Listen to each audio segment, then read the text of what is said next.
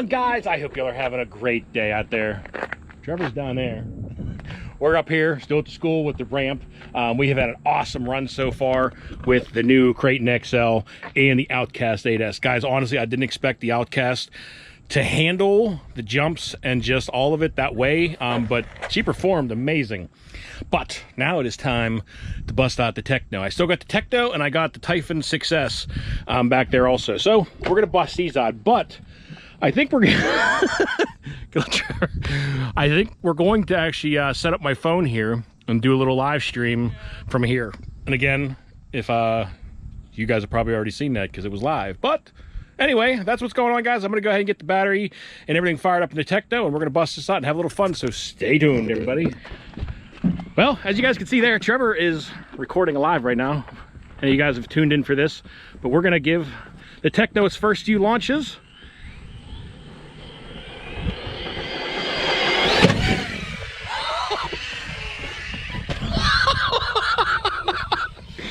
Wow, man, she flew like a beast off of that one.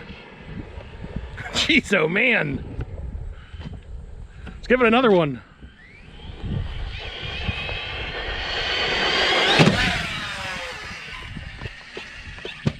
Man, the Tekno is flying beautiful.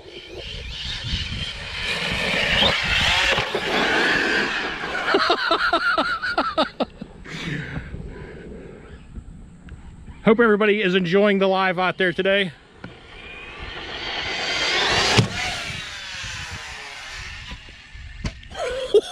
Ah! She fell on her dome. You guys can see, I'm also recording right now. So,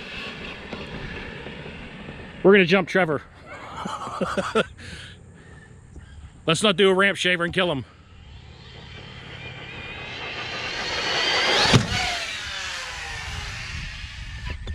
Wow! Woo!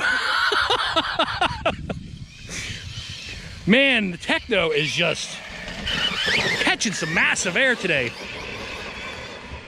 I also do have the Typhon, if you guys can hear me. I hope you guys can even hear me right now. But if you, I'm gonna also bring the Typhon out here. That's what I was afraid of. See, this is how this happens, guys. Pull the ramp shaver, and I killed the Tekno. Tekno down. All right, well, I got the Typhon out now. See, it's not always beautiful, guys. It's not always beautiful. But the Typhon has been the best rocket off of this car so far, or off this ramp. So let's see what the Typhon's got. Hopefully my steering's all nice and straight. And guys, for you guys watching the video on this, it's kind of weird because I'm recording and we're live right now, so that's why things are a little different. But all right, give the Typhon its first launch.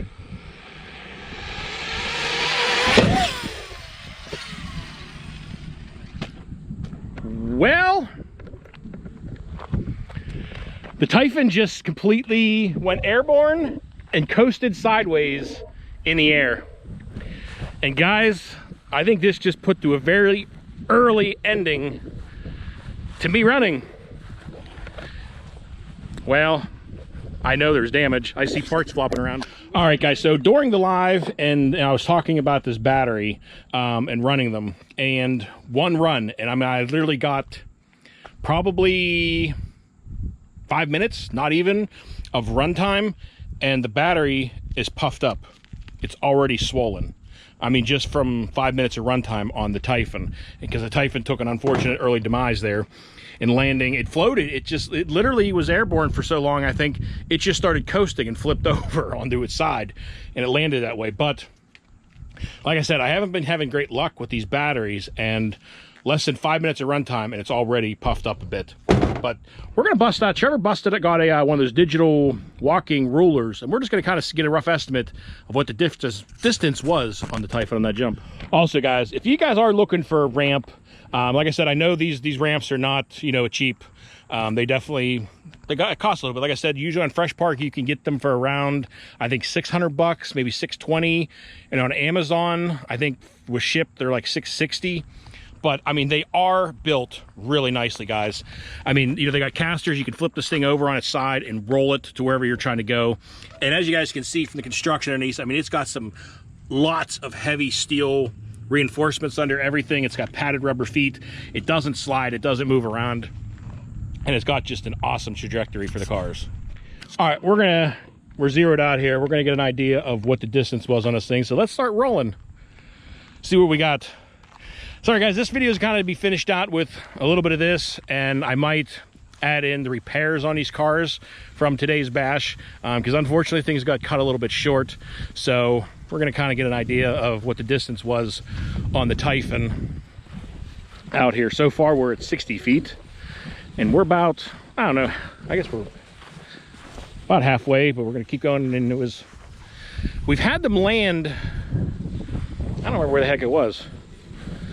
The furthest I've hit the Typhon was out here to this mound. Now that wasn't today, but the furthest I know I did hit was out here. So this one is about where the Typhon crashed today, and it was 116 feet. So I mean, it's not crazy, but the furthest distance so far has been here where I landed the Typhon once or twice when I was hitting it nice, almost wide open, that I know it was right around the second mounds.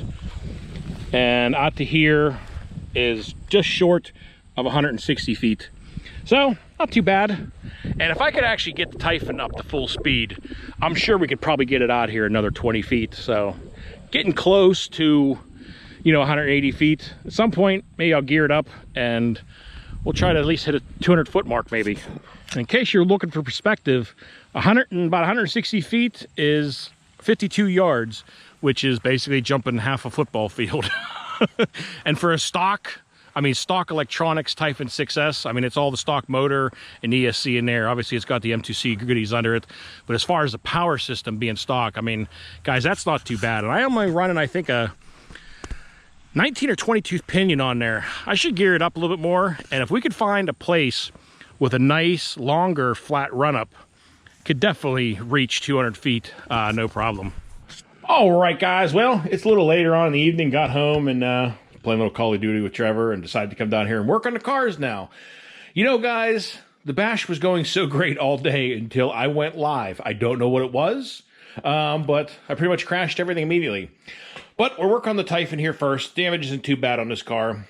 And I actually have some of the parts for the Tekno.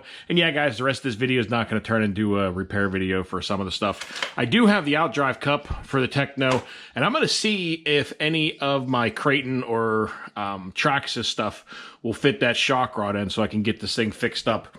But for now, at least tonight in this video, I'm going to work on get the Typhon back to 100%. But I'm fixing the shocks, and then we're going to work on the front end, and I'll bring you guys back when I get some stuff accomplished. And for any guys that don't know, they also sell the heavy-duty version of the shock rod ends, and they hold up way better than the stock. And I believe, where's the part number? These are it right here. The HD, they're called the shock rod end set HD, and it's AR330409. These ones are a lot heavier duty and hold up way better on the shocks. All right, well, we got the back end fixed up. Got the shock back together again. She's good to know, good as new. Now it's time to fix up this mess. At least the drive shaft's not bent. I just got to put the pillow ball in, replace this shock rod end, and I think that's it. I mean, guys, I don't know any of you guys that are watching even during the live. This thing just, it was weird the way that it floated. It took off and it got some massive air, and it just floated and slowly coasted to the side until it landed on this side, obviously. So it's kind of an unfortunate. I've had it do that to me a couple times. I don't know if it's just due to the wind, how it took off. I don't know. It's only happened to me a couple times when they've done that. But if you guys know what's causing that, drop a comment down below. All right, guys. Well, the Typhon's all fixed up and ready to roll again. She looks like 100%. And working on the Tekno here now. And I did find out the Arrma heavy-duty shock rod ends and caps and everything fit beautifully on the Tekno shocks. So I got the shock fixed up. And I'm now working on the linkage to see if any of my Arrma links or any ones I have fit this. Because I might be able to just put all the Arrma stuff on this and call it a day. The only other thing I got to do that is pull the rear diff out and change out the input gear, the input cup that shattered. So I'll bring you guys back if I get the linkage fixed up and kind of go from there. I'm not going to make this too long. I know it's kind of went from an odd bash video during a live to a bunch of breakage, but hey, these things happen. Well, guys, the Tekno got the best of me. Every link I found, I had the right size length, but the inside diameter was wrong, or I found the right inside diameter for the shaft, or the hole was too small or too big for all the balls I had. So I already ordered new ends for it, so I'm just going to wait. They'll be here in a few days, and I'll get it put back together right. But did get at least a shock fixed up, and those shock rod ends work great on this thing. So if you guys have the same car and bust them, the Arrma ones work great. But that is going to do it for this video. I'm not going to carry this on much longer, so it's kind of a bizarre setup today. Unfortunately, the live went very awry with all the crashes. But we'll be doing some more of them in here in the future, and had fun nonetheless. But that's going to do it for this one today, guys. But I hope you guys enjoyed the video and a little bit of the repair time, but that is going to do it. So until next time, y'all be safe. Be careful out there. Peace out, everybody.